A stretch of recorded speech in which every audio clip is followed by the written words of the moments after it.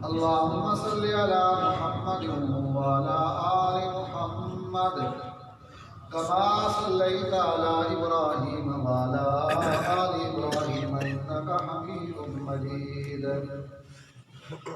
اللهم بارك على محمد وعلى آل محمد كما باركت على إبراهيم وعلى آل إبراهيم إنك حميد مجيد.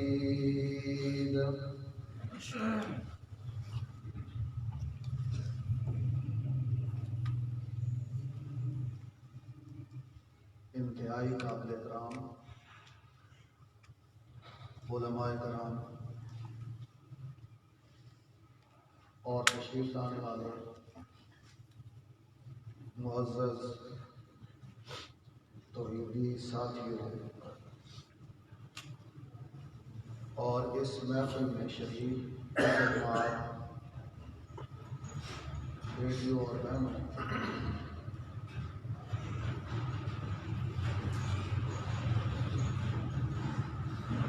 درس قرآن کی نسبت سے قرآن کریم کی بات سننے اور سنانے کی نسبت سے جمع ہونا، پھر اس سخت سردی کے موسم میں ہمارے لیے صرف سعادت ہی نہیں بلکہ اللہ کی طرف سے بہت بڑا اعزاز ہے۔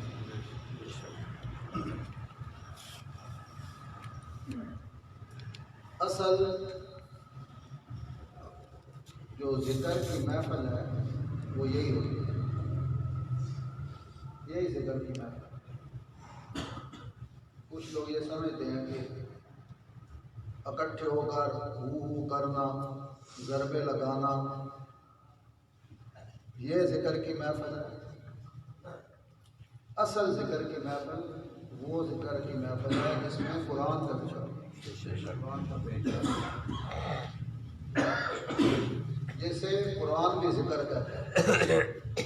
اِنَّا نَحْنُ نَزَّلْنَا الذِّكْرَ وَإِنَّا لَهُ لَحَافِظُونَ۔ اللہ نے یہ ذکر نازل کیا، تو جس محفل میں اس مقدس کتاب کی بات ہوگی وہ محفل ذکر ہے، اور ایسی مقدس محفلوں کی تلاش میں فرشتے سرگرداں رہتے ہیں، ڈھونڈتے ہیں ایسی محفلوں، اور جب انہیں ایسی محفل مل جاتی ہے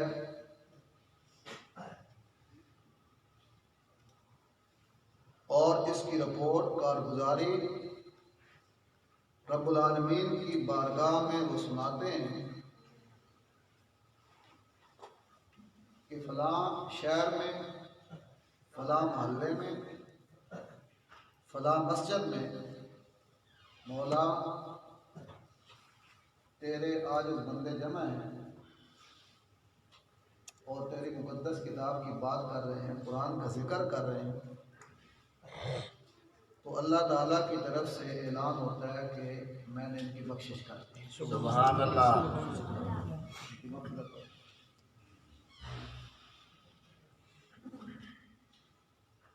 کوئی فرشتہ کہتا ہے کہ اللہ میں ایک آدمی ایسا بھی تھا تو ایسے شغل میلہ دیکھنے کے لیے آ گیا تھا، چلو مولوی جمع ہو رہے ہیں، داڑیوں والے جمع ہیں، میں بھی بیٹھ جاؤں، تو کیا اس کی بھی بخشش ہو گئی؟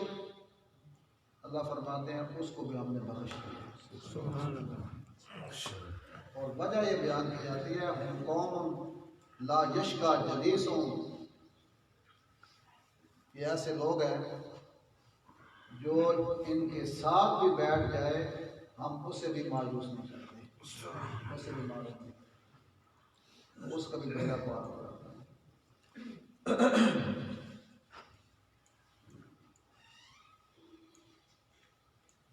آپ جو ذہن لے کر آئے ہیں چل کر آئے، پیدل آئے یا سواریوں پہ آئے، یہ آنا فی سبیل اللہ ہے، فی سبیل اللہ، اللہ کی راہ میں آنا ہے اور اللہ کی راہ میں نکلے، فی سبیل اللہ۔ اور فی سبیل اللہ نکلنا، خرچ کرنا، اس کے لیے اللہ کا قانون جدا ہے۔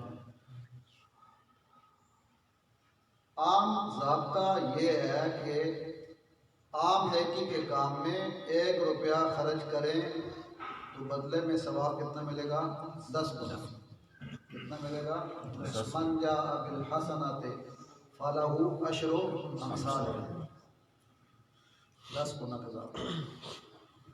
اور جب بات آئے فی سبیل اللہ کی، فی سبیل اللہ کی، وہاں 1 روپیہ خرچ ہو تو ثواب ملے گا 700 کا، فی سبیل اللہ 700 کا۔ اگر اللہ کی راہ میں آپ 1 قدم اٹھا کر آئیں گے تو ثواب ملے گا 700 قدموں کا، اور 1 منٹ اگر اللہ کی راہ میں دیں گے تو اللہ ثواب دیں گے 700 منٹوں کا۔ یہ قرآن کا فیصلہ ہے۔ کمثل حبۃ انبتت 7 سنابل فی کل سنبلۃ 100 حبۃ۔ کسان 1 دانہ ڈالتا ہے، 7 پودے اگتے ہیں، ہر پودے پہ 1 سٹہ ہوتا ہے، ہر سٹے میں 100 دانے، 1 کے بدلے میں کتنے ہو گئے؟ 700۔ فی سبیل اللہ اللہ تعالیٰ قانون بدل کے 700 گنا تک کر دے۔ انشاءاللہ یہ آپ کا جمع ہونا، یہ بہت مبارک جمع ہونا ہے، انتہائی قیمتی اجتماع ہے۔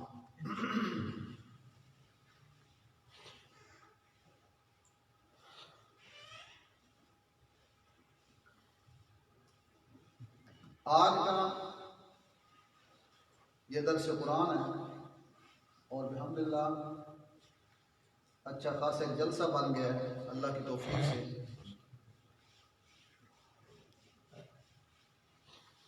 ہمارے مسجد میں صبح کی نماز کے بعد درس قرآن ہوتا ہے۔ 2-2.5 سال سے سورہ بقرہ چل رہی تھی، تو یہ آج کا درس اس کا اختتامی درس ہے۔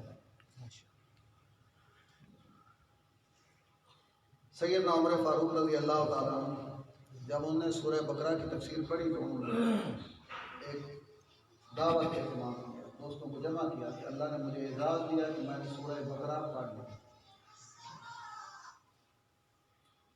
تو میرے لیے ایک تو یہ خوشی کی بات ہے کہ اللہ نے سعادت بخشی اس سورہ بقرہ کی تفسیر پڑھنے، پڑھانے، سننے، سنانے کی۔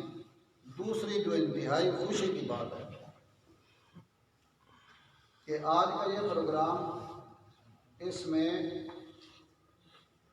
جو اصل عمل دخل ہے وہ ہمارے شرکائے درس ہے، ہمارے نمازی۔ الحمدللہ یہ سارا انتظام و انتظام آج نمازی ہوتی ہے، مجھے بڑی خوشی ہے اس پہ۔ جیسے یہ مشورے میں بات آئی تو ماشاءاللہ پورے نمازی جوش و جذبے کے ساتھ پیش تھے، یہ ضرور کام ہونا چاہیے، سنت فاروقی بھی زندہ ہونی چاہیے اور آس پاس کے توحیدیوں کا اجتماع بھی ہو جانا چاہیے۔ توحیدیوں کی زیارت بھی عبادت ہوتی ہے۔ اس شدید سخت سردی میں آپ کا تشریف لانا، جہاں قرآن کریم کے ساتھ محبت کی نشانی ہے، اللہ کی کتاب سے محبت ہے، وہیں اس بات کی بھی علامت ہے کہ اس مرکز توحید و سنت کی محبت بھی آپ کے دلوں میں ہے۔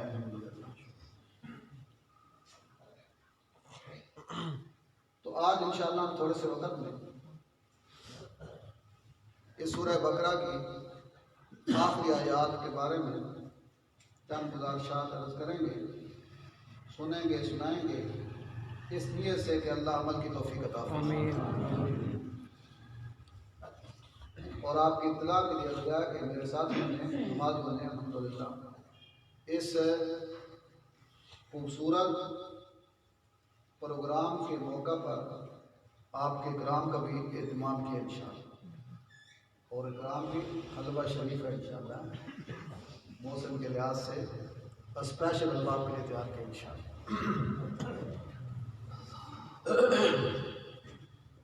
آخری دو آیتیں میں نے پڑھی ہیں سورہ بقرہ کی، ان کا ترجمہ سننے سے پہلے درس کی بنیاد سمجھ لیں، تمہید سمجھ لیں، تاکہ یہ اللہ کرے آیتیں میں سمجھا سکوں اور آپ سمجھ سکیں۔ سورہ بقرہ کی یہ آخر رکوع ہے، اور آخر رکوع میں آیتیں ہیں 3۔ کتنی آیتیں؟ 3۔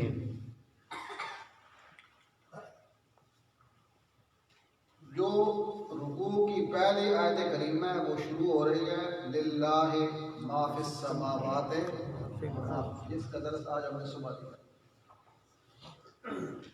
اس کے اندر ایک اللہ نے مضمون بیان کیا ہے،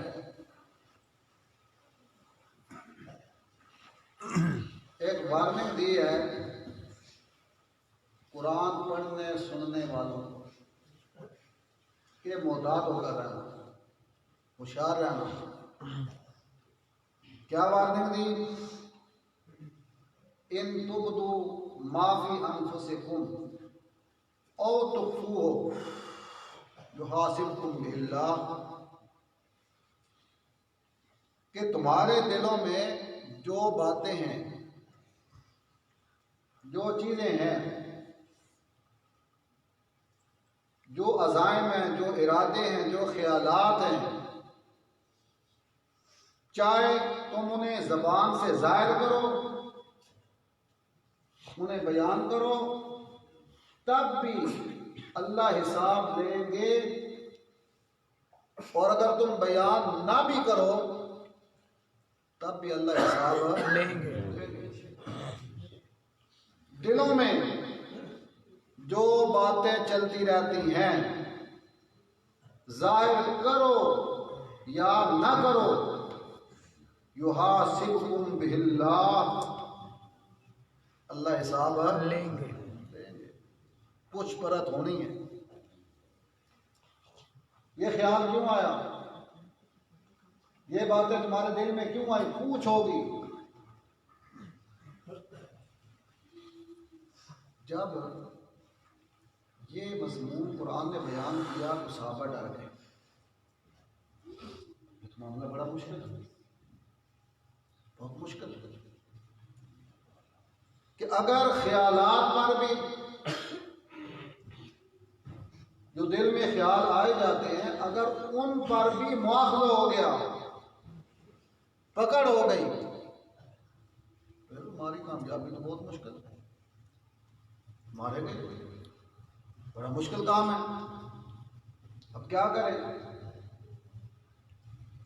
تو صحابہ رسول مل کر رسول کریم صلی اللہ علیہ وسلم کی خدمت میں حاضر ہو گئے۔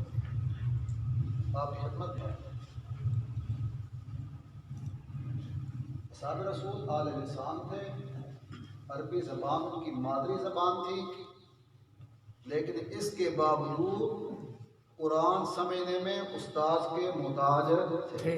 ایسے قرآن سمجھنے بہت سی آیات ہیں، صحابہ نے آیت سنی، نہیں سمجھ آئی، اور آپ کی خدمت میں آئے۔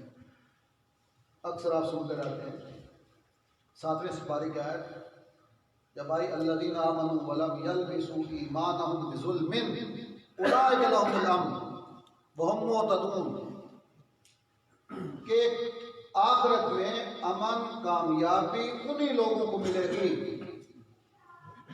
جنہوں نے ایمان کے ساتھ ظلم و زیادتی کی ملاوٹ نہیں کی۔ ایمان کے ساتھ ظلم نہیں کیا تب جنت ملے گی۔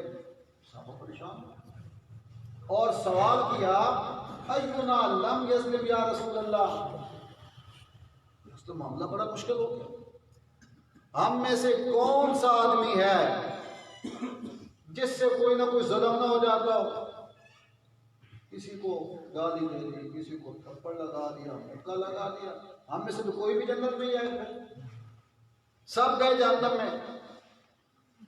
اللہ کا رسول نے فرمایا ہو کیوں پریشان ہو گئے ہو؟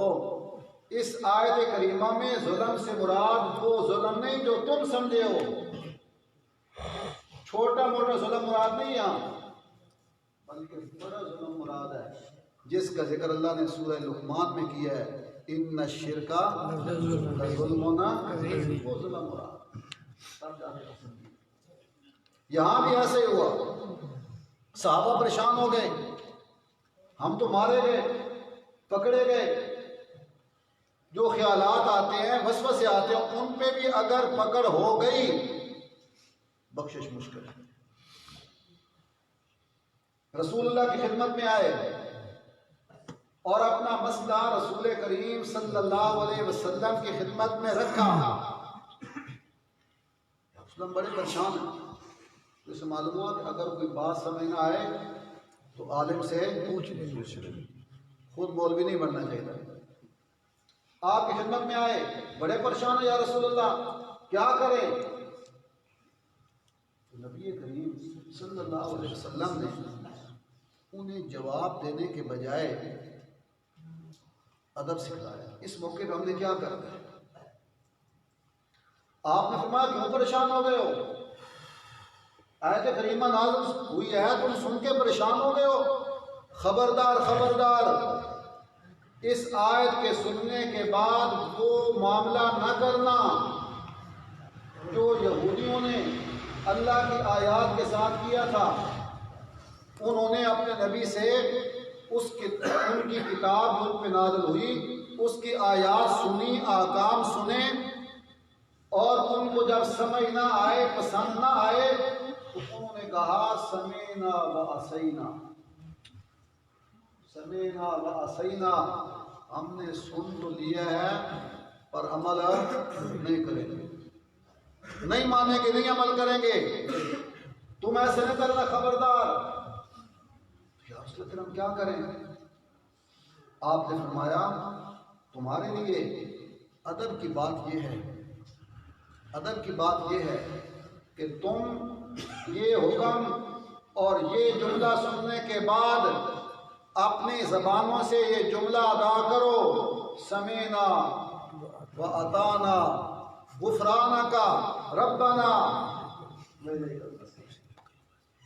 یا اللہ ہمیں یہ آیت سمجھ آئے یا نہ آئے، اس کا مضمون سمجھ آئے یا نہ آئے، سمعنا و اطعنا، ہم نے اسے سن بھی لیا اور جو کچھ اللہ چاہتے ہم اطاعت کرتے رہیں گے انشاءاللہ۔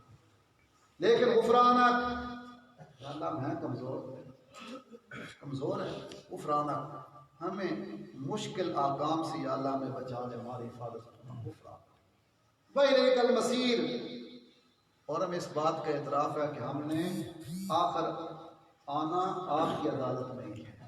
اللہ کے رسول نے یہ لفظ کیا، سمعنا و اطعنا غفرانک ربنا، بڑے خوبصورت الفاظ نبی پاک نے چاہا۔ تم بس یہ کہہ دو، خدا جانے اس کا کام جانے۔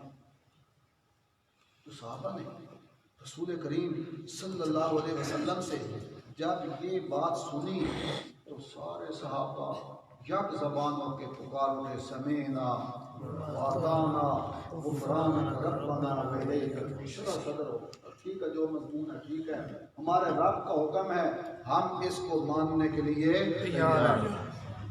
اسے کہتے ہیں تسلیم و رضا، اللہ کے فیصلے کو مان لینا اور اس پہ راضی ہو جانا، اس سے بڑی چیز کوئی نہیں۔ اللہ سب کو یہ عطا کرے، آمین۔ اللہ کے حکم کو تسلیم کر لیں اور اس پہ راضی کر لیں۔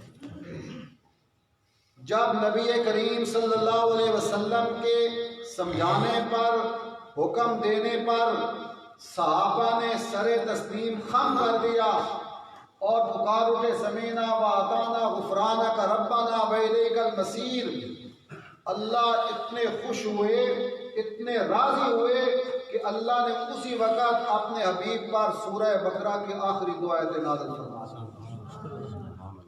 یہ میں نے پڑھی، یہ اس وقت نازل،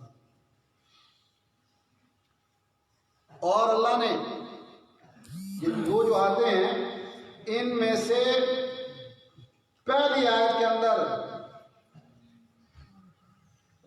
اپنے نبی کے صحابہ کی تعریف کی، مدح صحابہ کی تعریف کی،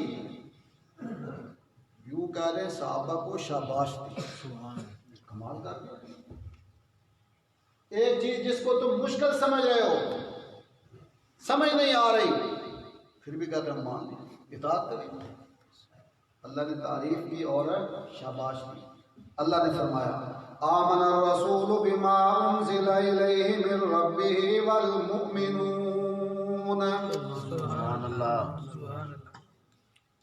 مدح صحابہ کی تعریف کرنے والا کون ہے؟ اللہ۔ آمن الرسول بما انزل الیہ من ربہ والمؤمنون، رسول نے بھی مان لیا، ابتدا حضور نے کی تھی نا، آمن الرسول، اللہ فرماتے ہیں میرے حبیب محمد کریم بھی مان گئے، آپ نے بھی تسلیم کر لیا کس بات کو؟ بما انزل الیہ من ربہ، جو کچھ میرے اللہ نے نازل کیا میں اس کو مانتا ہوں، تسلیم کر گئے، میرے حبیب بھی تسلیم کر گئے، والمومنون، اور سارے مومن بھی مان گئے، سب نے کہا دیا سمینا واتانا۔ یہ پہلی تعریف اللہ کی، تین تعریفیں کی ہیں اس آیت میں۔ پہلی تعریف اللہ نے صحابہ کے ایمان کی تعریف کی، اور انداز یہ اختیار کیا صحابہ کی تعریف کرنے کا کہ صحابہ کی تعریف کرنے سے پہلے صحابہ کے استاذ کی تعریف کی۔ آمن الرسول، رسول بھی مان گئے، استاد بھی مان گئے، اور استاد کے شاگرد بھی مان گئے۔ آمن الرسول، پھر فرمایا والمؤمنون، ایمان والے بھی مان گئے۔ اللہ نے تعریف کی ہے صحابہ کے ایمان کی، صحابہ کے ایمان کی اللہ نے تعریف کی، اور صحابہ کی تعریف کرنے سے پہلے رسول اللہ کے ایمان کی تعریف کی۔ آمن الرسول، گویا کہ اللہ یہ کہنا چاہتے ہیں او قرآن پڑھنے سننے والوں، جیسے میرے حبیب محمد کریم کا ایمان کامل ہے، ایسے میرے نبی کی جماعت کا ایمان بھی کامل ہے۔ صحابہ کی ایمان سے پہلے رسول اللہ کے ایمان کی تعریف، کہ جیسے میرے حبیب کا ایمان کامل، ایسے میرے حبیب کی جماعت کا ایمان بھی کامل۔ اور اتنا کامل ایمان ہے، اللہ نے دوسرے مقام پر صحابہ کی ایمان پہ مور ثبت کرتے ہوئے فرمایا اولئک هم المؤمنون حقا، کہ صرف مومن ہی نہیں بلکہ پکے مومن۔ کیا ہیں؟ پکے مومن۔ اولئک هم المؤمنون حقا، تو جن کے ایمان کو اللہ کامل ایمان کہیں اور ان کے ایمان پر حقاً کی مور لگائیں، ان کے ایمان میں شک ہو سکتا ہے؟ نہیں۔ جیسے نبی کے ایمان میں شک نہیں ہو سکتا، ایسے صحابہ کے ایمان میں بھی شک نہیں ہو سکتا۔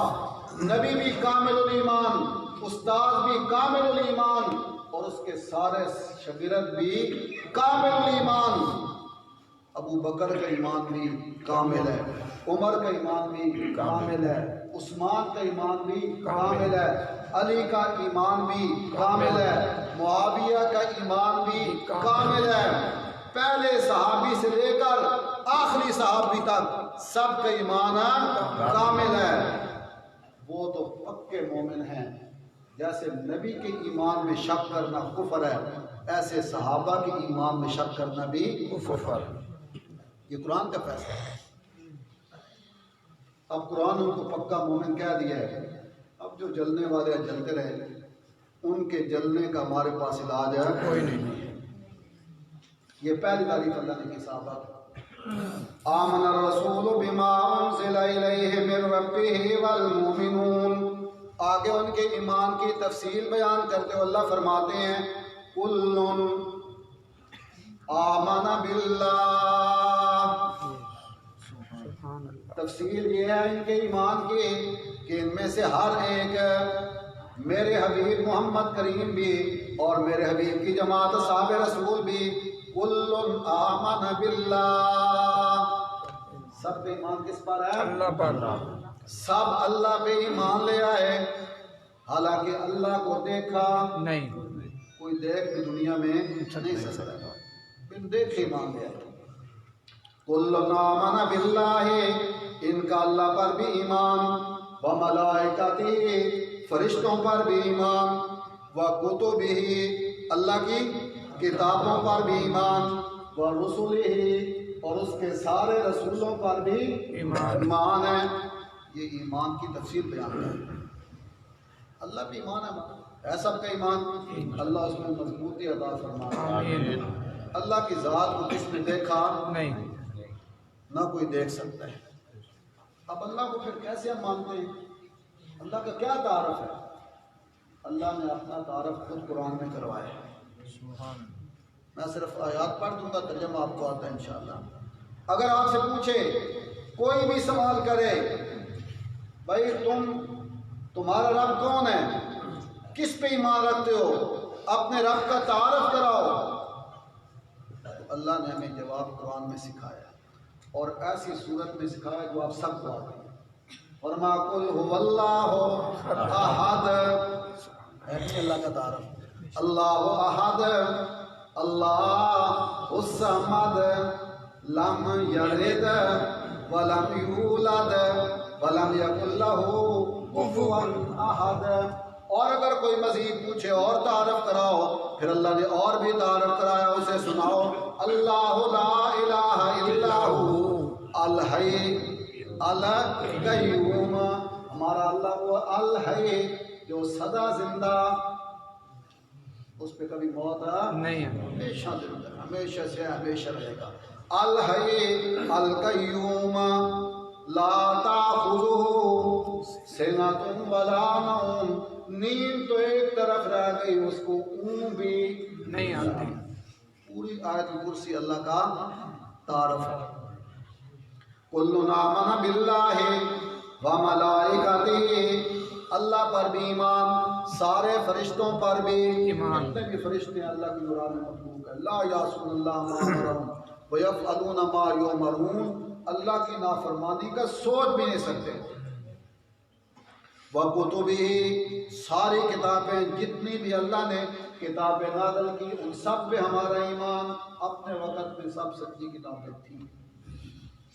ورسلہ, اور سارے رسولوں. کتنے رسول ہیں؟ کسی روایت میں 1,24,000, کسی میں 2,40,000, لیکن سب روایتیں کمزور ہیں. بس اتنا ایمان رکھو, جتنے بھی اللہ نے نبی اور رسول بھیجے ہمارا سب پر ایمان ہے. ان میں سے پہلے نبی ہیں حضرت آدم علیہ السلام. آدم علیہ السلام اور آخری نبی ہیں ہمارے حبیب نبی کریم خاتم النبیین صلی اللہ علیہ وسلم. جیسے آدم سے پہلے نبی کوئی نہیں, ایسے ہمارے حبیب کے بعد نبی کوئی نہیں آ سکتا. یہ حدیث لکھی ہوئی ہے سامنے مسجد میں, انا آخر الانبیاء وانتم آخر الامم. آپ فرما گئے کہ میں آخری نبی ہوں, میرے بعد کوئی نبی نہیں. وانتم آخر الامم, اور تم امتوں میں سے آخری امت, تمہارے بعد کوئی اور امت ہے. اور دوسرے حدیث میں کہا گئے انا خاتم النبیین لا نبی بعدی, میں آخری نبی ہوں, میرے بعد کوئی نبی نہیں آئے.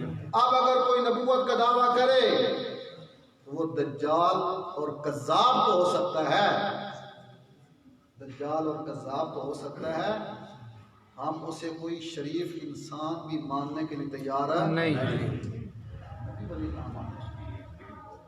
جھوٹے نبوت کے دعوے دار کو ولی کہنا بھی ماننا بھی کفر ہے. اس لیے علماء نے کہا ہے اس مرزا قادیانی کو اگر کوئی گروہ ولی بھی مانتا ہے تو علماء اسلام ان کو بھی کافر کرتے ہیں۔ یہ ہے سارے رسولوں پر ایمان۔ ایک تعریف ہو گئی جو اللہ نے آپ کی اور صحابہ کی۔ دوسری تعریف فرمایا لا نفرق بین احد من رسلی، اصحاب رسول کی ایک وجہ تعریف یہ بھی ہے کہ یہ رسولوں میں فرق نہیں کرتے۔ یہودیوں نے فرق کیا، انہوں نے کہا کہ ہم موسیٰ کو پیغمبر مانتے ہیں، عیسیٰ علیہ السلام کو پیغمبر نہیں مانتے، محمد کریم کو پیغمبر نہیں مانتے۔ عیسائیوں نے بھی فرق کیا، انہوں نے کہا ہم عیسیٰ علیہ السلام کو نبی مانتے ہیں لیکن محمد کریم کو نبی نہیں مانتے۔ اللہ مومنوں کی تعریف کرتے ہوئے کہتے ہیں یہ جو مومن ہیں محمد کریم کے جو شاگرد ہیں، جو آپ کے امتی ہیں، لا نفرق بین احد من رسلی، یہ کسی نبی میں فرق نہیں کہ ہم اس کو مانتے ہیں اس کو نہیں مانتے، ایسا فرق نہیں کرتے، سب کو مانتے ہیں۔ اور الحمدللہ اللہ نے جتنے رسول بھیجے ہیں ہم سب کو اپنے اپنے دور میں وہ رسول تھے، ان کی شریعت چلتی رہی، اب ان کی شریعتیں منسوخ ہو گئی ہیں، اب شریعت چلے گی تو محمد کریم صلی اللہ علیہ وسلم۔ یہ دو تعریف ہو گئی۔ تیسری تعریف ہوئی اللہ نے اصحاب رسول کا وہ جملہ ذکر کر دیا جو آپ صلی اللہ علیہ وسلم نے ان کو سمجھایا، انہوں نے اپنی زبان سے ادا کر دیا، سمینا وَأَطَعْنَا غُفْرَانَكَ رَبَّنَا وَإِلَيْكَ الْمَصِيرُ۔ اب آگے اگلی ہے آخری ہے، اس میں اللہ نے صحابہ کے اس خلجان کا جواب دیا۔ صحابہ کو جو پریشانی لائق ہو گئی تھی اللہ تعالیٰ نے اس پریشانی کا ازالہ کر دیا۔ وہ پریشانی یاد ہے، وہ پریشانی ادھر دیکھ سکتے، صحابہ کے ذہن میں جو بات آئی تھی جو انہیں پریشانی لائق ہوئی تھی وہ یہ تھی کہ اگر خیالات پر بھی پکڑ ہو گئی تو مارے گئے۔ دل میں جو وسوسہ آتا ہے، خیال آتا ہے، اس پہ مواخذہ، یہ تو بڑی پریشانی کی بات ہے۔ تو اللہ تعالیٰ نے اصحاب رسول کی تعریفیں کرنے کے بعد اب ان کی پریشانی کا جواب ہے۔ فرمایا لا یکلف اللہ نفسا الا وسعها، سبحان اللہ، لا یکلف اللہ نفسا الا وسعها۔ میرے حبیب کے شاگردوں کیوں پریشان ہو گئے ہو؟ میں اللہ ہمیشہ اسی چیز کا مکلف بناتا ہوں، اسی چیز پہ مواخذہ کرتا ہوں جو چیز انسان کے اختیار میں ہو، کنٹرول میں ہو، اور جو چیز انسان کے اختیار میں نہیں، انسانی طاقت سے باہر ہے، نہ میں اس کا مکلف بناتا ہوں، نہ اس پہ مواخذہ کرتا ہوں، نہ اس پہ پوچھو۔ اور دلوں میں اچانک غیر ارادی طور پہ، غیر اختیاری طور پہ جو خیالات اور وسوسے آتے ہیں وہ انسانی طاقت سے باہر ہے، لہذا ان پہ کوئی مواخذہ نہیں۔ مثال سمجھ لو، ایک دفعہ صحابہ کی جماعت حضور کی خدمت میں آئی، یا رسول اللہ بڑے پریشان ہیں، بعض اوقات ایسے خیالات ہمارے ذہن میں آتے ہیں، دل و دماغ میں آتے ہیں، ہم اس وقت یہ پسند کرتے ہیں کہ ہم جل کر کوئلہ ہو جائیں، راکھ ہو جائیں، مر جائیں، یہ اس سے بہتر ہے کہ وہ بات ہماری زبان پر آئے۔ ایسے ایسے خیالات ہیں، ہم زبان پہ لانا ان کو گوارا نہیں، زبان پہ آنے سے پہلے یہ ہے کہ مر ہی جائیں۔ مثلا ہم سے کوئی پوچھتا ہے کیا آسمان کو کس نے پیدا کیا، ہم کہتے ہیں کس نے پیدا کیا؟ اللہ نے۔ زمین کو کس نے پیدا کیا؟ اللہ نے۔ انسان کو کس نے پیدا کیا؟ اللہ نے۔ ساری کائنات کو کس نے پیدا کیا؟ اللہ نے۔ پھر سوال کرنے والا کرتے کرتے بعض اوقات پوچھتا ہے کہ من خلق اللہ، یا آدمی کے اپنے ذہن میں بھی یہ سوال آ جاتا ہے کہ ان ساری چیزوں کو تو پیدا کیا ہے اللہ نے، اللہ کو کس نے پیدا کیا؟ یہ خیال آ جاتا ہے، یہ وسوسہ میں ستاتا ہے، پریشانی بنتی ہے، ہم اسے زبان پہ نہیں لانا چاہتے۔ کیا بنے گا اس کا؟ اللہ کے رسول نے فرمایا اچھا تمہاری یہ حالت ہو گئی ہے، یہ کیفیت ہو گئی ہے کہ وسوسے آئیں، خیال آئیں، تم مرنا پسند کرتے ہو، وہ خیال زبان پہ لانا پسند نہیں کرتے ہو، یہ تمہاری کیفیت بن گئی؟ جی ہاں، یہ کیفیت تو بن گئی۔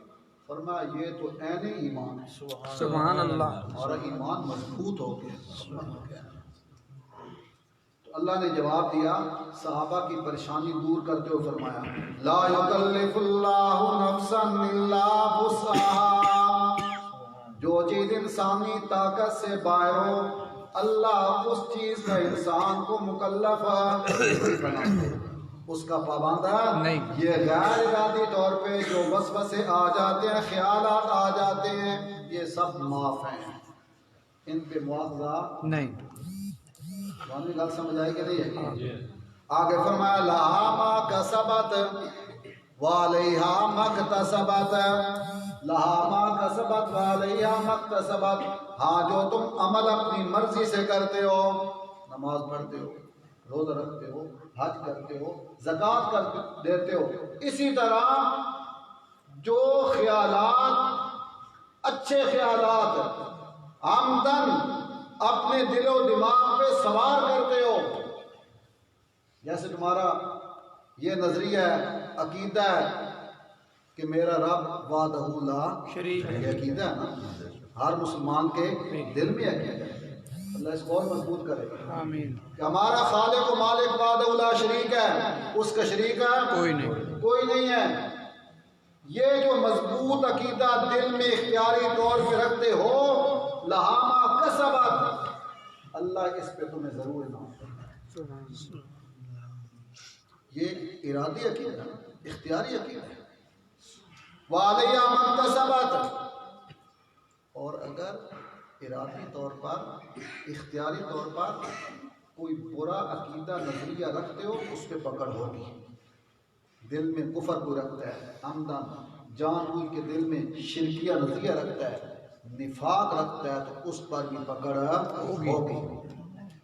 جو وسوسے آتے ہیں، جو خیالات آ جاتے ہیں، جو انسانی کنٹرول سے باہر ہیں، لا یکلف اللہ نفسا، اللہ اس پہ مواخذہ نہیں کریں گے۔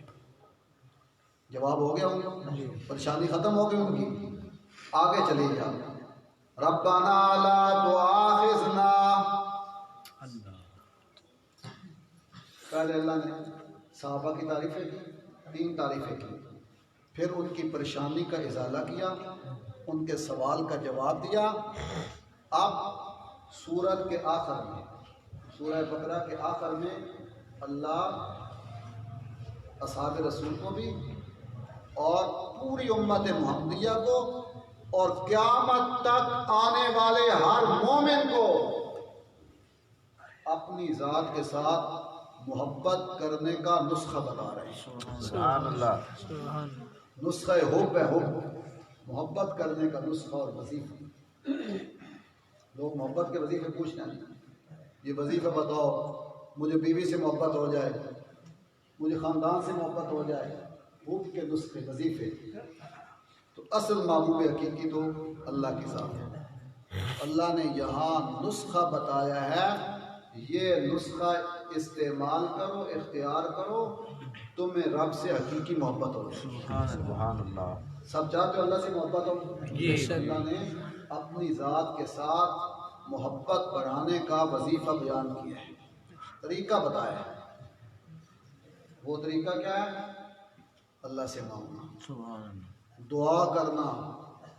اللہ خود سکھا رہے ہیں، مجھ سے مانگو، دعا کرو، میرے دروازے پہ دستک دو، مجھے پکارو۔ میرے بھائیوں، توحیدیوں، دعا کرنا، اللہ سے مانگنا ایک ایسا گر ہے، جس کو دعا کرنی آ گئی، اللہ سے مانگنا آ گیا، خدا کی قسم اللہ اس کے سارے مسائل حل کر دے۔ سبحان اللہ۔ جس کو دعا کرنے کا طریقہ آ گیا، یوں سمجھ لو کہ اس کو نہ ختم ہونے والا خزانہ مل گیا، ایسا خزانہ جو کبھی ختم نہیں۔ اس لیے اللہ اپنے بندوں کو دعا کا حکم بھی دیتے ہیں اور دعائیں سکھاتے بھی ہیں کہ یوں مانگو یوں مانگو۔ جتنا زیادہ مانگتے چلے جاؤ گے اتنا میرے ساتھ تعلق مضبوط ہوتا چلا جائے گا۔ جیسے میں اس کی اکثر مثال دیتا ہوں، آدمی کو جس سے محبت و پیار ہو، دن میں کئی دفعہ فون کے بٹن دباتا ہے، اس کو یاد کرتا ہے، بھائی کہاں ہو، کدھر ہو، کہاں پہنچے ہو؟ جی میں سالم پہنچ گیا۔ اب کہاں ہو؟ جی اب میں جناب سیال موڑ پہنچ گیا ہوں، اب لاہور پہنچ گیا ہوں۔ وقتاً فوقتاً فون میں رابطہ کرتا ہے۔ اس سے دیکھنے والے بھی کیا سمجھتے ہیں کہ یار اس کو اس سے بڑی محبت ہے۔ تو یہ وقتاً فوقتاً جو ہمیں دعا کا حکم دیا گیا ہے، گویا کہ یہ اللہ سے محبت پیدا کرنے کا ایک نسخہ ہے، جو ہر موڑ پر زندگی کے ہر لمحے میں، صبح ہو یا شام ہو، سفر پہ جا رہا ہے، آ رہا ہے، کھانا کھانے لگا ہے، پانی پینے لگا ہے، جب بسم اللہ پڑھتا ہے، اللہ کا نام لیتا ہے، اللہ کو پکارتا ہے، تو پھر یقین کر لیا کرو کہ اس بندے کو اپنے اللہ سے محبت ہے۔ ہر وقت رب کرو گے سارے انشاءاللہ۔ انشاءاللہ اللہ اپنی محبت کا نسخہ بیان کرنے لگے ہیں۔ ایک اور بات بھی سن لو پھر آگے چلتے ہیں دعا کے سلسلے میں۔ ہم میں سے ہر آدمی یہ چاہتا ہے نا کہ جو میں مانگوں ملے، اللہ مجھے عطا کرے۔ سارے چاہتے ہو کہ جو مانگے اللہ دے دیں، یہ حقیقت ہے۔ آدمی جو بھی مانگتا ہے اللہ دیتے ہیں۔ اگر دعا قبول نہیں ہو رہی بظاہر، سمجھو کہ وہ بھی قبول ہو گئی۔ میں نے اپنی سوچ کے مطابق مانگا، آپ نے اپنے ذہن کے مطابق مانگا۔ جو چیز ہم مانگ رہے ہیں ہماری عقل ناقص ہے، وہ ہمارے لیے مفید نہیں ہے، لیکن مانگ رہے ہیں۔ اللہ کے علم کامل میں یہ بات ہے کہ یہ چیز میرے بندے کے لیے مفید ہے، ہمارا فائدہ ہے کہ نہیں اس میں؟ اس کی مثال ایسی ہے جیسے ایک معصوم بچہ جس کو پتہ کوئی نہیں، اس کے سامنے آگ کا انگارہ پڑا ہوا ہے، بڑا خوبصورت اس کو لگتا ہے، چمک رہا ہے، سرخ رہا ہے، تو بچہ بار بار کوشش کرتا ہے کہ مجھے یہ مل جائے، میں اس کو پکڑ لوں۔ ماں پاس بیٹھی ہو، باپ بیٹھا ہو، بھائی بیٹھا ہو، بہن ہو، وہ بچے کو پکڑنے نہیں دیں گے کہ یہ بچے کے لیے مفید نہیں ہے، جل جائے گا یہ۔ اب وہ جو بچے کو اس سے دور کرتے ہیں خیر خواہ ہے کہ نہیں؟ جی، ایسے بندہ اللہ سے مانگتا ہے، بندہ سمجھتا ہے میرے لیے اچھی چیز ہے، لیکن اللہ کے علم کامل میں ہوتے کہ یہ چیز اچھی نہیں، سمجھو کہ دعا قبول ہے۔ جو بھی یہ چاہتا ہے کہ میری دعا قبول ہو، میری محرومیاں ختم ہو، اللہ سے مانگو مجھے مل جائے وہی چیز ہے، اس سے اچھی چیز ملے، تو اس کے لیے کام کرنا پڑے گا۔ وہ کام کیا ہے؟ وہ کام یہ ہے کہ اگر آپ چاہتے ہیں کہ پریشانی کی حالت میں، بدحالی کی حالت میں، پریشانی کی حالت میں ہماری دعائیں قبول ہوں، تو پھر تمہیں خوشحالی کی حالت میں بھی اللہ سے دعائیں کرنی ہوں۔ خوشیوں میں اللہ سے مانگو، پیسے کی فراوانی ہے، ہر نعمت موجود ہے، ہر خوشی موجود ہے، ایسے موقع پہ اللہ سے مانگو۔ اکثر دنیا ایسے موقع پہ اللہ کو بھول جاتی ہے۔ اگر چاہتے ہو کہ پریشانی میں میری دعائیں قبول ہوں تو خوشیوں میں مانگنے کے اپنے آپ کو عادی بناؤ۔ جو خوشی میں مانگتا ہے عام نارمل حالات میں بھی دعاؤں کا معمول رکھتا ہے، جب اس پہ پریشانی بن جاتی ہے اور اس وقت پکارتا ہے، اللہ کی رحمت بڑھ کے اس کا استقبال کرتی ہے۔ سبحان اللہ۔ مچھلی والے پیغمبر کا معمول یہی تھا، ہر حال میں رب سے مانگتے تھے، دعائیں کرتے تھے۔ جب پریشانی بنی، نادا فی الظلمات اللہ الہ، پڑھو سارے، لا الہ الا انت سبحانک انی کنت من الظالمین۔ نادا فی الظلمات، کئی اندھیرے، سمندر کا اندھیرا، رات کا اندھیرا، مچھلی کے پیٹ کا اندھیرا، کئی اندھیروں میں پکارا، لا الہ الا انت سبحانک انی کنت من الظالمین فاستجبنا لہ۔ ایک ہی دفعہ پکارا، اوپر سے جواب آیا، ہم نے تیری مصیبت دور کر دی ہے۔ فاستجبنا لہ ونجیناہ من الغم، غم سے نجات دی۔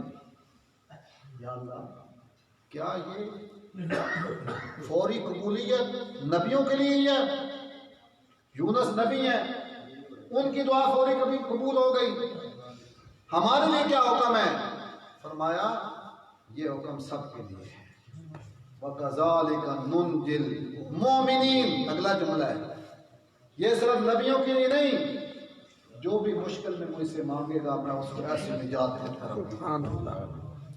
تو جو خوشی میں اللہ سے مانگنے کی عادت بنا لیتا ہے، جب اس پہ پریشانی آتی ہے مانگتا ہے تو اللہ اس کی پریشانی دور کر دیتا ہے۔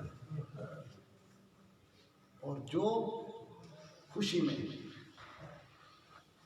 عام حالات میں، اقتدار پہ ہو، پیسے والا ہو، ہر چیز کی ریل پہ ہو، اس وقت جو اللہ کو بھول جائے، خدا بن جائے اور انا ربکم الاعلی کے نعرے لگائے کہ مجھ سے بڑا رب کوئی نہیں، پھر جب اس پہ بن جائے، جب وہ پھنس جائے، جب اس پہ پریشانی آ جائے اور کہے آمنتو، پہلے بولتے نہ لیا کیسا، آمنتو انہ لا الہ الا الذی آمنت بہ بنو اسرائیل، جی میں ایمان لیا، پہلے بولتے نہ لی وہ خدائی دا بھوت جڑا سوارا وہ لے گیا، ختم ہو گیا، میں مومن ہوا جی، ایمان لایا، میرا ایمان قبول کیا جائے، اور میں آنا وَقَدْ عَصَيْتَ قَبْلُ وَكُنْتَ مِنَ الْمُفْسِدِينَ فَالْيَوْمَ نُنَجِّيكَ بِبَدَنِكَ لِتَكُونَ لِمَنْ خَلْفَكَ آیَةً، جب تو خوشحال تھا، اقتدار میں تھا، اس وقت تو مجھے یاد نہیں کیا، اب جب مرنے لگے ہو اب مانگتے ہو، آج ہم تجھے عبرت کا نشان بنا دیں گے۔ پھر ایسے موقع پہ دعائیں قبول نہیں ہوتی ہیں۔ اگر اپنی دعائیں قبول کروانا چاہتے ہو تو پھر خوشی میں بھی مانگو، جب خوشی میں مانگنا کا اپنے آپ کو عادی بنا لو گے، پریشانی میں بھی وہ دعائیں قبول کریں گے۔ گل سمجھ آئیے؟ کوئی آگے چلی جائے۔ اب اللہ نے ہمیں دعا کرنے کا طریقہ سکھایا ہے، اور میرے بندو مجھ سے یوں مانگا کرو، کیسی رحیم و کریم ذات ہے۔ اور یہ جو آخری آیتیں آ رہی ہیں، آخری حصہ ہے نا آیت کا، اس میں دعاؤں کا سلسلہ ہے، اور مسلم شریف میں حدیث ہے، آپ صلی اللہ علیہ وسلم نے ارشاد فرمایا، جب بندہ یہ دعائیں کرتا ہے نا، اللہ عرشوں سے فوری ان کا جواب ہی ساتھ دیتے ہیں۔ سبحان اللہ۔ پورے قرآن میں 2 مقام ایسے ہیں، 2 مقام، بندہ جب ان کی تلاوت کرتا ہے تو اللہ فوراً عرشوں سے جواب دیتے ہیں۔ پہلا مقام ہے سورہ فاتحہ، الحمد شریف، بندہ کہتا ہے الحمدللہ رب العالمین، پڑھتے ہو نا سب نماز میں جی، ہاتھ باندھ کے سر جھکا کہتا الحمدللہ رب العالمین، اللہ فرشتوں کو کہتے ہیں حمدنی عبدی، حمدنی، دیکھو فرشتوں میرا بندہ میری حمد کر رہا ہے۔ یہ کہتا ہے الرحمن الرحیم، اللہ فرماتے ہیں اسنا علی عبدی، میرے بندے نے میری ثنا کی ہے۔ جب کہتا ہے مالک یوم الدین، اللہ فرشتوں سے کہتے ہیں مجدنی عبدی، دیکھو میرا بندہ میری بزرگی بیان کر رہا ہے۔ سبحان اللہ۔ پھر جب بندہ کہتا ہے ایاک نعبد و ایاک نستعین، اے اللہ ہم تیری عبادت کرتے ہیں، اونچی آواز عبادت کرتے ہیں، تیری ہی عبادت کرتے ہیں، وَإِيَّاكَ نَسْتَعِينُ اور تجھ ہی سے مدد مانگتے ہیں۔ ہی تو ٹل لایا کرو نا تاکہ بار نہ بھولے مسجد ہی تو باہر جا کے بھی، بلکہ آج کل تو مسجدوں میں بھی لکھی ہوئی ہے۔ میں نے خود ایک مسجد دیکھی، ایک دن لکھا تھا یا رسول اللہ المدد، ساتھ جی یا علی مدد، آگے یا حسن مدد، یا حسین، درمیان میں صرف اللہ لکھا ہوا تھا، مدد ساتھ کوئی نہیں تھی۔ مسجدوں کے اندر بھی آ گئے، یہی عقیدہ مجال کا تھا، بھی والا عقیدہ۔ اللہ ہم سب کی حفاظت فرمائے، آمین۔ جب بندہ کہتا ہے ایاک نعبد و ایاک نستعین، عرض سے جواب آتا ہے ھذا بینی و بین عبدی، یہ میرا اور میرے بندے کا معاہدہ ہو گیا۔ بندے نے یہ وعدہ کیا، دیکھتے کیا کرتا ہے۔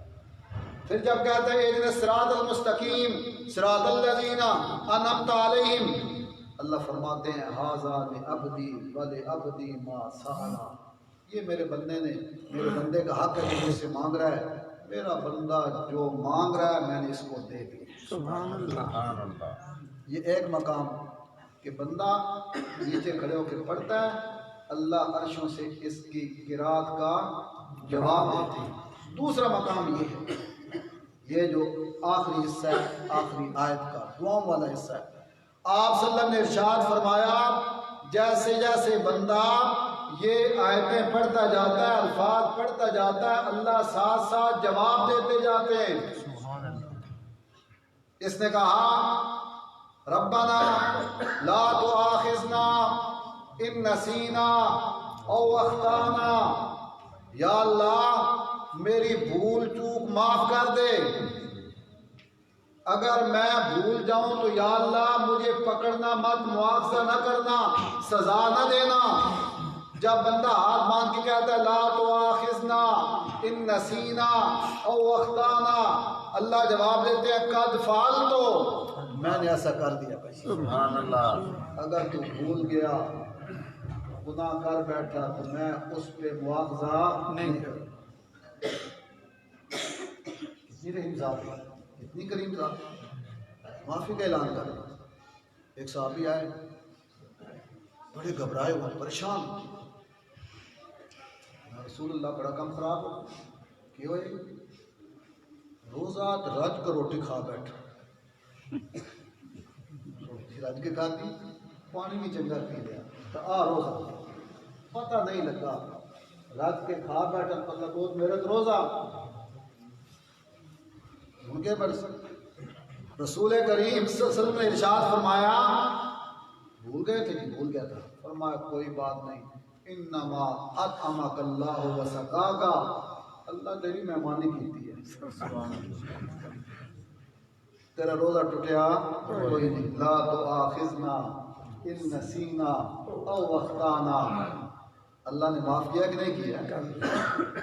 کھا پی لیا، اللہ نے فرمایا تمہارا روزہ ہو گیا۔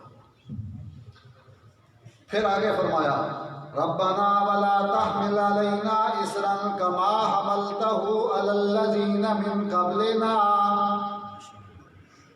ساری امتوں میں بڑے مشکل آکام شاقہ، مشکل آکام، کیسے مشکل آکام؟ رات کو اگر ان میں سے کوئی بندہ گناہ کرتا، رات کے اندھیرے میں سناٹے میں چھپ کر کوئی گناہ کرتا تو صبح اس کے دروازے پہ لکھا ہوتا تھا اس نے یہ گناہ کیا، یہ رسوائی ہوتی تھی، مشکل حکم تھا۔ اگر کپڑے پہ گندگی لگ جاتی، بچہ اٹھایا ہوا ہے، بچے نے گود میں پیشاب کر دیا، کپڑے پہ پیشاب کر دیا، اب اس کو پاک کیسے کریں؟ بھائی کینچی سے اس کو کاٹ دیں، پانی سے پاک نہیں، کاٹنا پڑے گا۔ اور اگر گناہ ہو گیا، جس عذر سے گناہ کیا ہے اس عذر کو کاٹنا پڑے گا، معافی شرط تو کاٹ دو۔ وضو نہیں کر سکتا، پانی یہی کرنا پڑے گا، کوئی تیمم نہیں۔ عبادت مسجد میں کرنی ہوگی، باہر عبادت نہیں ہوگی۔ بڑے مشکلات. قربانی اگر کی ہے تو قربانی کا گوشت کھانے کی اجازت ہے نہیں. فریجہ بھرنے کی اجازت کوئی نہیں. باہر میدان میں رکھ دو بھائی. اگر آسمان سے آگ آئی اس نے جلا دیا قربانی قبول ہو گئی. اگر آگ نہیں آئی تو سب کے سامنے رسوا ہو گئی تھی قربانی قبول نہیں. مشکل آکام اس پر ہمیں دعا سے کریں.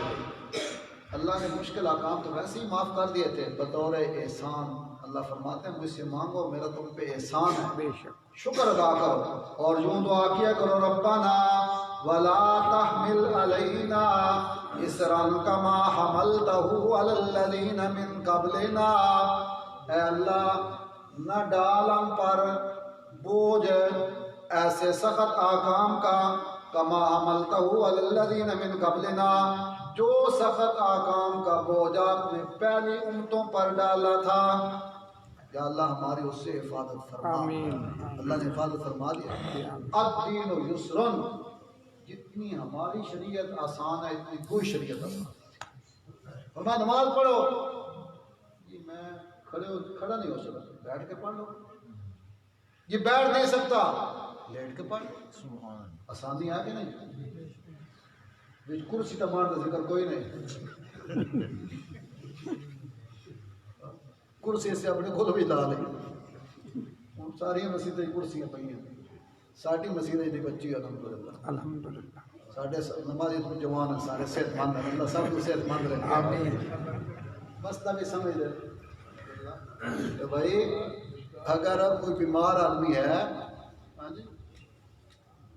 اگر کوئی بندہ بیمار ہے تو بھائی کرسی کے بجائے زمین پہ بیٹھ جاؤ, گوٹ مار کے بیٹھ جاؤ, زمین پہ بیٹھ جاؤ.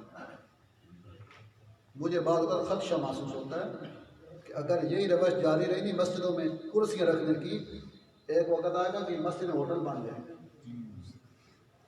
خاص طور پر رمضان میں اعتکافی جڑنا جس میں تسی گھروں گھر لگ جانا پچھوں میں کرسیاں کٹھیاں کر لیں. ایک کرسی کے کار روٹی رکھے آس پاس کھا لیں. مسجد ہوٹل بنیا کہ نہ بنے؟ اور بات تو شرم آتی ہے. کیا کر رہے ہیں اللہ کا گھر. عام جج کی عدالت میں تو کرسی پر بیٹھنے کی اجازت ہے نہیں. اللہ کی عدالت, اللہ کا گھر, اللہ کے سامنے کرسی پر شرم آتی ہے. آج کل لوگ کہتے نہیں کرسی ان گھروں کرسیاں لے آؤ, پولیاں کرسیاں صوفے آتے ہیں. اگے ٹیبل بھی لگو ہے. بہرحال دین آسان ہے. کھڑے نہیں ہو تو بیٹھ جاؤ, لیٹ کے پڑھ لو. پڑھو سے وضو کرو, اگر پانی نہیں ہے تو یمم کر دو. الدین یسر. اللہ نے ہمیں شریعت سب سے آسان شریعت دی ہے. اللہ کے اس پر کرنے کی توفیق عطا فرمائے. آمین. آگے تیسری دعا ربنا ولا تحملنا ما لا طاقت لنا به. اللہ اپنے ذات سے مانگنے کا طریقہ سکھا رہے ہیں. تیسری دعا ربنا ولا تحملنا ما لا طاقت لنا به. یا اللہ نہ اٹھوا ہم سے, توجہ کریں, نہ اٹھوا ہم سے مالا وہ چیزیں, وہ تکلیفیں اور وہ بیماریاں مالا طاقت لنا بھی جنہیں برداشت کرنے کی ہمارے اندر قوت اور طاقت کوئی نہیں. سخت مصیبتوں سے بچا, شوگر کی بیماری سے بچا, یہ آدمی کو کھوکھلا کر دیتی ہے. دل کی بیماری سے بچا, کینسر سے بچا, خون کی بیماری سے بچا, طاعون سے بچا, کرونا سے بھی بچا. یا پھر بھی پوری دنیا لے کے بیٹھے, طاقت تو باہر ہوگا نا کام. جی اللہ نے یہ دعا سکھائی ہے. ایسی وبائی مصیبتوں سے بچنے کے لیے مانگا کرو ربنا ولا تحملنا ما لا طاقت لنا به. پھر کہا واعف عنا. اللہ فرماتے ہیں قد فعلتو, سارے آپ کو زبان میں یار, واعف عنا واغفر لنا وارحمنا انت مولانا فانصرنا علی القوم الکافرین۔ ہر لفظ کا جواب آ رہا ہے۔ پھر بندہ کہتا ہے واعف عنا، واعف عنا، اے ہمارے مولا ہمارے گناہ معاف فرما، ساڈے گناہوں تے کانی پھیر دے، قلم پھیر دے۔ اللہ فرماتے ہیں میں نے معاف کر دیا ہے۔ سبحان اللہ۔ پھر کہتا ہے جی واغفر لنا، واغفر لنا، اے اللہ ہماری بخشش فرما دے، پہلے گناہ معاف کر دے یا اللہ، پھر آخرت میں ہماری بخشش بھی فرما دے۔ اللہ فرماتے ہیں قد فعلت، سبحان اللہ۔ میں نے تمہیں بخش بھی دیا۔ وہاں تو آواز لگتی ہے کوئی مانگنے والا ہے، کوئی معافی مانگنے والا اس کو معاف کر، ہے کوئی روٹی مانگنے والا اس کو روٹی دے دوں، ہے کوئی کپڑے مانگنے والا اس کو آواز سکھایا جا رہا ہے۔ ورحمنا، یا اللہ ہمارے ساتھ نرمی والا معاملہ فرما، ہمارے ساتھ مہربانی والا معاملہ فرما۔ اللہ فرماتے ہیں قد فعلت، میں نے تمہیں معاف بھی کر دیا، بخشش بھی کر دی، اور میں نے تمہارے ساتھ نرمی والا معاملہ بھی کر دیا۔ انت مولانا، پھر بندہ اعتراف کرتا ہے انت مولانا، تو ہمارا مولا ہے، اے اللہ آپ ہمارے مولا ہے۔ انت مولانا، انت مولانا، مولا کا معنی کیا ہے؟ مولا کے بہت سے معنی ہوتے ہیں۔ ایک مولا کا معنی ہے محبوب، جس سے محبت ہو۔ ایک مولا کا معنی ہوتا ہے قائد، مقتدا، رہبر۔ جیسے آپ کسی عالم کو کہتے ہیں مولانا، اس کا مطلب یہ ہے کہ یہ ہمارا رہبر ہے، مذہبی رہنما ہے، اس معنی میں ان کو مولانا کہتے ہیں۔ اور ایک مولا کا معنی ہے مددگار۔